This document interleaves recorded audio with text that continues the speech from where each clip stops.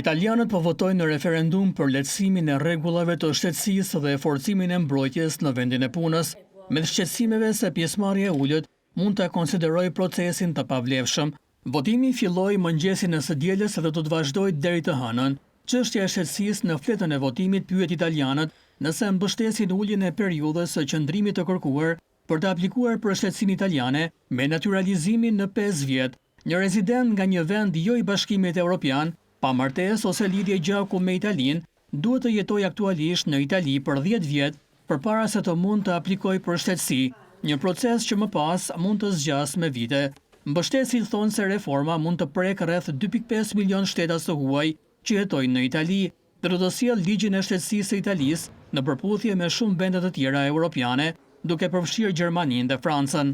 Masat u propozuan nga sindikata kryesore e Italisë dhe partitë opozitare të krahut të majt.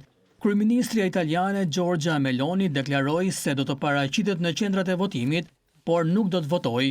E majta e ka kritikuar veprimin si antidemokratik, pasi nuk do të ndihmonte në arritjen e pragut të nevojshëm të pjesëmarrjes prej 50% plus 1. Partia e Melonit, Vëllezërit e Italisë, është fuqishëm kundër tij. Meloni tha të njëjtën se sistemi aktual është një ligj i shkëlqyer, ndër më të hapurit në kuptimin që ne kemi qenë prej vitesh ndër vendet europiane që japim numrin më të madh të shtetësive çdo vit. Më shumë se 213.500 njerëz morën në shtetësinë italiane në vitin 2023, dyfishi numrit në vitin 2020 dhe 1/5 e totalit të BE-s, sipas statistikave.